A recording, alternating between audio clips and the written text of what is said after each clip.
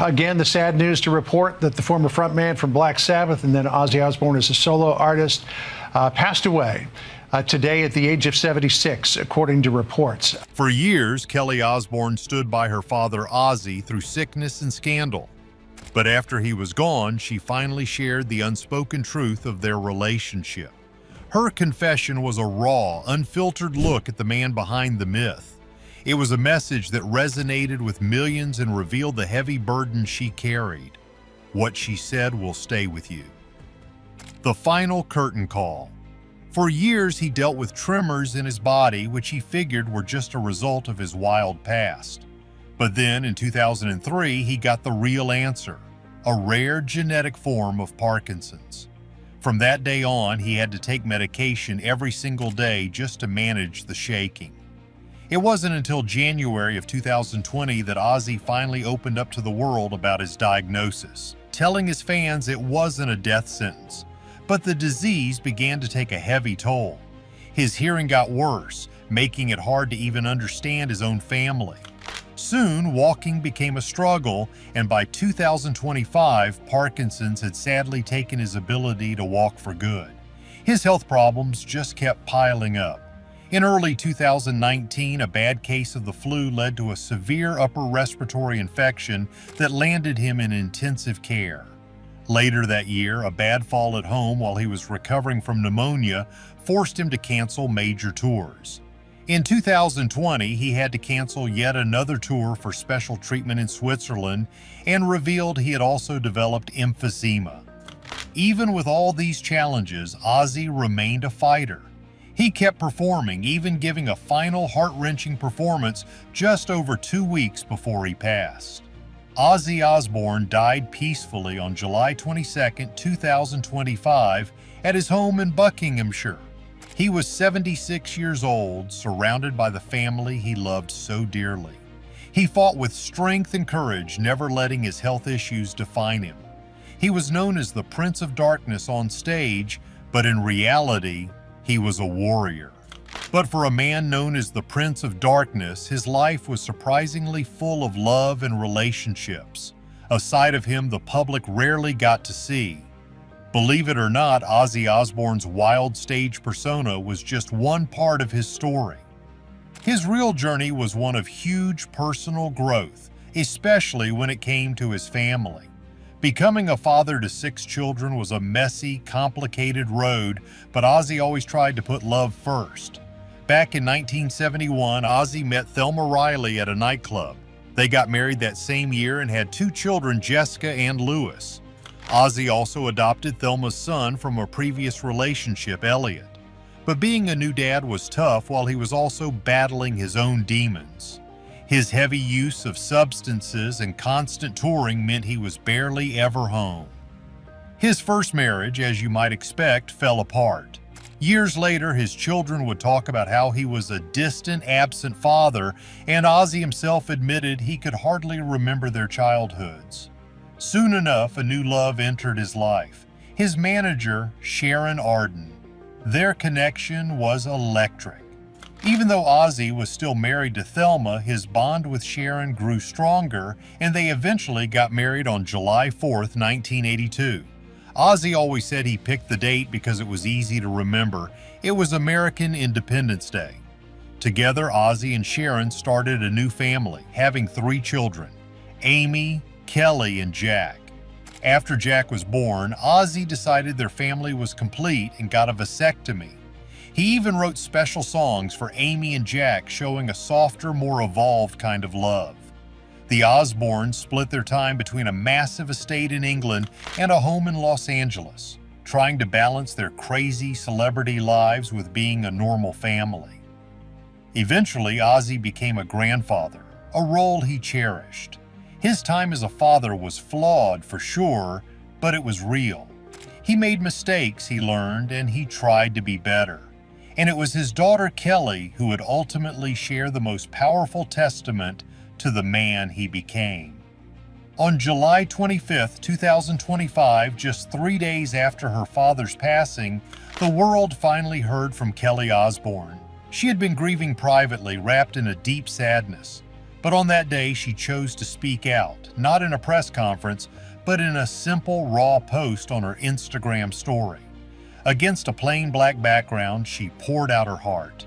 She wrote about feeling devastated and utterly heartbroken, calling her dad her best friend ever.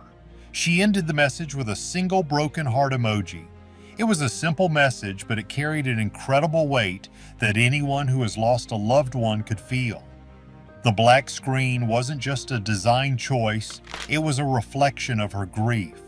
Her words were a quiet scream of pain, too deep to be fully expressed. To Kelly, Ozzy wasn't just her dad.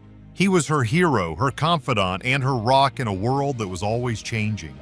Their bond went far beyond a shared last name. They shared a deep love for music and a lifetime of memories. But Kelly didn't stop there.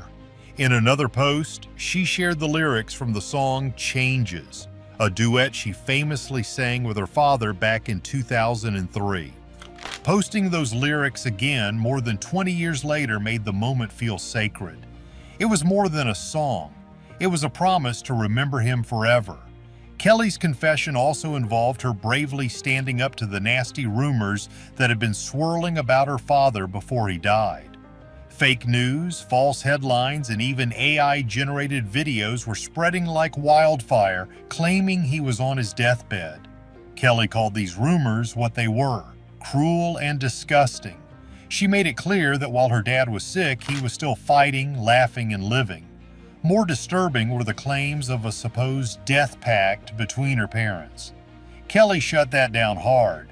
She blasted the stories as completely false, reminding everyone that her parents were real people with a real love, not characters in some dark fairy tale. In the middle of her own immense pain, she found the strength to defend her family's truth, proving she was a daughter who would fight fiercely to protect the people she loved. But this fierce loyalty came from a place of deep personal connection, a bond that the public could never truly understand. To Kelly Osbourne, her dad was never just the famous rock star. He was her whole world, her closest friend, and the one person who was always there. Their connection wasn't for the cameras, it was built on real love, trust, and a mountain of shared memories. Growing up in the spotlight was tough. Kelly was constantly followed by cameras and judged by the whole world. But through it all, Ozzy was her anchor. He wasn't the scary Prince of Darkness, he was just Dad. As Kelly grew up and became a mother herself, Ozzy was right there by her side. When Kelly's son Sydney was born in 2022, Ozzy embraced being a grandpa with pure joy. He and Sydney became inseparable like two peas in a pod. It was a beautiful sight watching the rock legend playing and laughing with his grandson. He didn't just show up for photos, he was an active, loving part of Sydney's life. His love for Kelly was never more clear than during one of the most special moments of her life, which happened to be at Ozzy's very last concert in July 2024. Behind the scenes, Kelly got engaged to her longtime partner, Sid Wilson, the DJ from Slipknot. It wasn't a big publicity stunt, it was a private, emotional moment shared with her dad and their family. Ozzy, of course, added his classic humor to the moment, making everyone laugh through their tears. It was a day of bittersweet joy, filled with love and a final, powerful performance. Kelly has countless memories, but the ones that stand out are of the father who supported her both on and off the stage. He was her guide, her biggest cheerleader, and the one who could always make her laugh. That's why she always said he wasn't just her father, he was her best friend. Their bond was truly special, a unique connection forged in the fires of fame and family.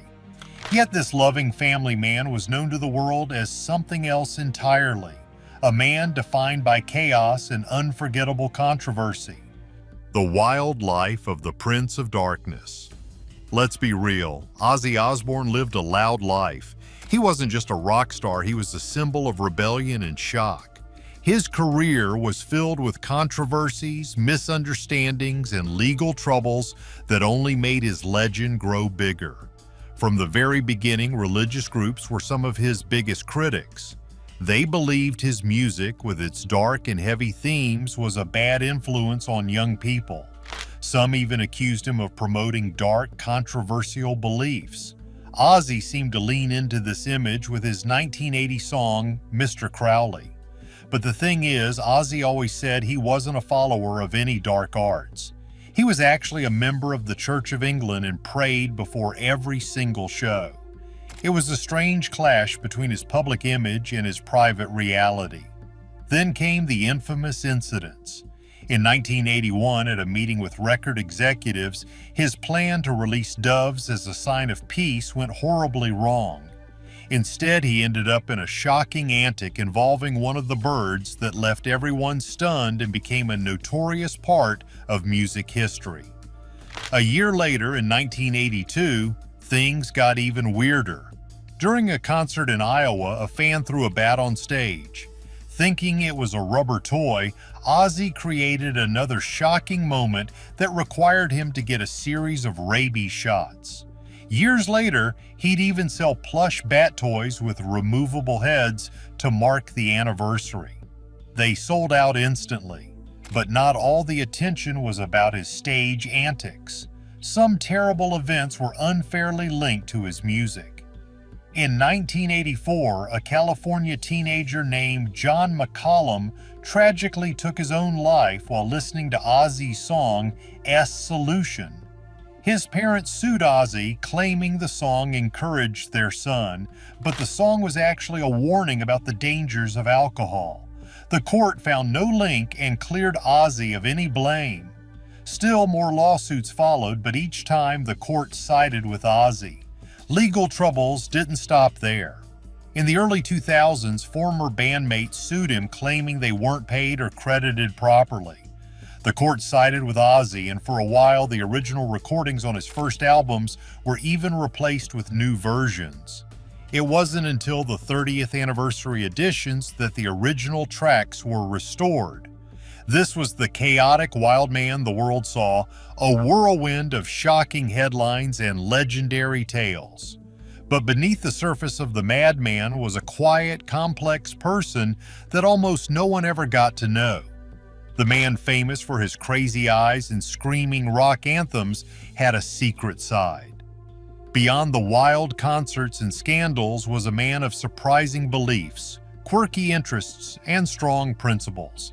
As a kid, he gave himself his first tattoo, spelling out O-Z-Z-Y on his knuckles with a sewing needle and pencil lead. It was an early sign of a life that would always be on his own terms. Unexpectedly, Ozzy had a hilarious sense of humor. He was a huge fan of the comedy group Monty Python and thought Life of Brian was the greatest movie ever made. This love for clever, silly humor showed a lighter side to his intense public personality. He also showed his big heart, time and time again. For his 65th birthday, instead of presents, he asked fans to donate to a cancer charity. His fame even took him to the White House. In 2002, he and Sharon were invited to a dinner where the president gave him a warm and funny shout-out. It showed that even a rebel like Ozzy could earn respect in the highest places. And despite being labeled with dark titles, Ozzy often spoke about his faith in God. He was baptized, went to Sunday school as a kid, and prayed before every show. He also had strong opinions about the world. He was a lifelong supporter of Israel and spoke out against boycotts. In 2024, he took a stand against Kanye West for hateful remarks, showing he had firm moral lines. In American politics, he wasn't quiet either. He criticized President Donald Trump's handling of the pandemic and demanded his music not be used for political campaigns he didn't support. Ozzy Osbourne was a man of many layers. He was wild but thoughtful, rebellious but compassionate. He was the Prince of Darkness for sure, but he was also a kind, funny, and deeply principled man. Do we celebrate an icon for their art, or do we hold them accountable for their demons? Let us know in the comments, and if you enjoyed this video, please like and subscribe for more.